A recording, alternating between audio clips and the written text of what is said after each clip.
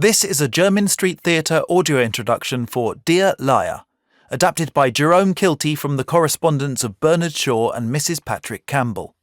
Directed by Stella Powell-Jones. It runs from the 5th of February to the 7th of March 2026 at Jermyn Street Theatre, located at 16B Jermyn Street, London, SW1Y6ST, an intimate basement theatre of 70 seats. This introduction is intended to give vision-impaired theatregoers an advanced description of the set, the characters, their costumes, and other visual elements before coming to see the play. It may contain some minor spoilers. The overview on the Jermyn Street website begins with a quote. "Write plays about whatever you wish, but not, please, about us." 1940. The Germans advance on Paris. A case stuffed with letters is smuggled to London. Inside, a remarkable story about, and by, two remarkable people. The brilliant actress Mrs. Pat and George Bernard Shaw. They met in 1899. They made Pygmalion. World wars started and stopped again. They fell in love. They fell apart. And through it all, they wrote. Jerome Kilty's play reveals the extraordinary bond between these two theatrical titans. In their witty, unfiltered words, attraction collides with ambition as the world transforms around them. A play about how we change and what we hold on to. Directed by artistic director Stella Powell-Jones. The play lasts 1 hour 48 minutes, including a 15-minute interval from 50 minutes to 1 hour 5. The set. The stage is set to look very much like a stage, with several drapes hung as backdrop and dividers. The back wall is mostly covered by a drape that reaches all the way up to the rear door stage left, printed with an image partially obscured by the ripple folds, but with streaks of white across rust brown, is suggestive of a dramatic sunrise. A similar patterned drape is hung forward of this, downstage right, gathered at its midpoint and fastened back to create an exaggerated curved border, its edge trimmed with tassels. There are two other drapes that hang stage left that are usually both drawn to the side. The furthermost will be drawn across the front of the stage by Shaw for a seaside scene at 32 minutes. It depicts a seaside landscape complete with sea, beach and dunes, in colours similar to the backdrop, with a similarly epic sky. The other will be drawn across the stage midway between down and upstage at 39 minutes, and depicts a close-up of pink bell-shaped flowers hanging from a curved green stem, forming the backdrop for the rehearsals for Pygmalion, then again at 42 minutes. The floor of the stage is decorated with a large, circular, geometric pattern of mottled rusty gold-coloured diamonds tiled against black. At its centre stands a vintage wooden stepladder. At the start, a beige waistcoat hangs atop it. Mrs. Pat will sit on one of the lower rungs at 14 minutes, and lying back against it for a period of time, it will suggest a sickbed.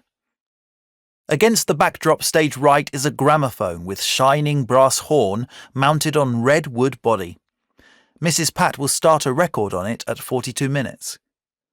A simple wooden chest sits beside it, lying upright on its end. This is occasionally used as a stool by both players. It contains a potted plant of white flowers with pink blush that will come out at 32 minutes.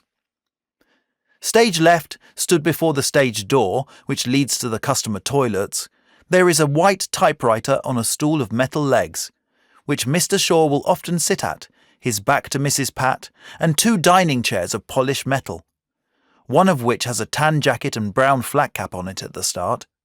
There are two more such chairs behind the border stage right that will find use throughout.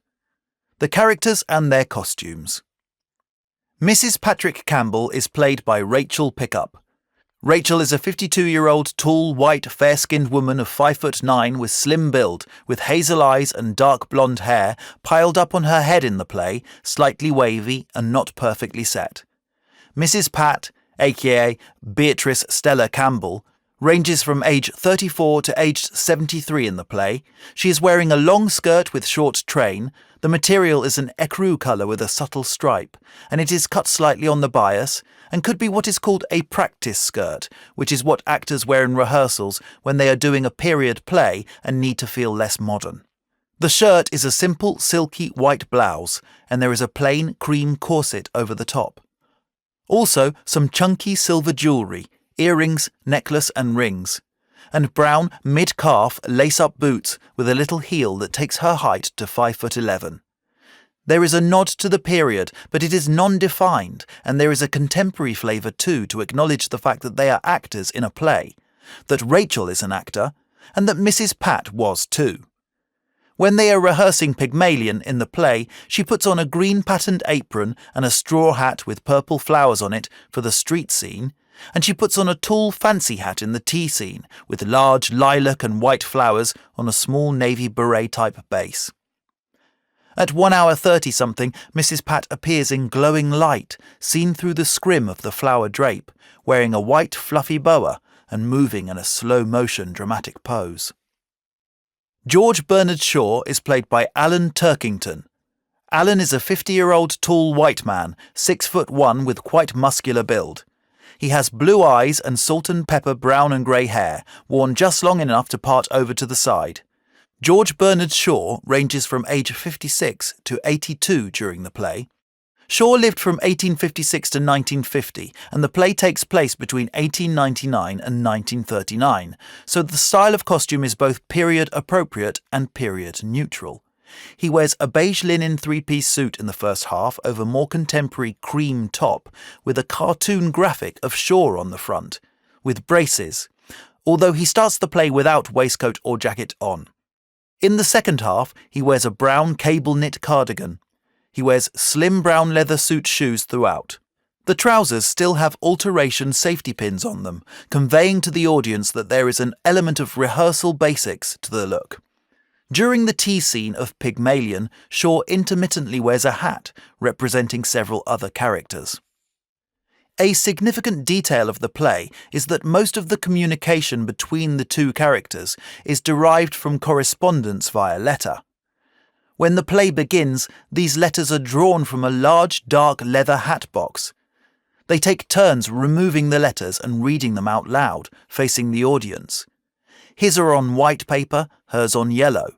This manner of communicating with each other whilst looking out towards the audience, or in different directions, such as past but not at each other, or communicating with their backs turned to each other, continues throughout the play, representing these correspondences via letter, albeit without actual physical letters in hand, except for a few instances. The lighting regularly shifts from the house lights of the start to spotlights or other more dramatic lighting variances as the moment or subject of correspondence changes. For example, cold, hard contrast spots when Mrs. Pat takes ill at 14 minutes on the ladder, or a pink tinge when the discussion becomes more romantic at 20 minutes. Each shift being marked by a loud sound, most often an exaggerated, almost industrial typewriter sound. In scenes when they are physically together, the lighting is more natural and they speak to each other directly, such as at the seaside scene at 32 minutes, after which Mrs. Pat leaves Shaw a physical letter that he reads, or when they rehearse Pygmalion at 39 minutes and they sit together on chairs with scripts in hand. At 48 minutes, after Mrs. Pat's performance, Shaw comes down the steps from the audience towards the stage with a bouquet of flowers in his arms. There are exceptions to this separation of communication when they do address each other directly, even though corresponding via letter. For example, when an argument about the war becomes heated at 1 hour 12 minutes, or when Stella makes pink paper aeroplanes of letters from her book that she throws at Shaw 1 hour 18 minutes, which he catches and marks with a black marker pen, rips up and returns to her, arguing to her face. Eventually, towards the end of the play, all the letters are gathered in string-tied bundles and returned to the hat box. We look forward to seeing you at the performance.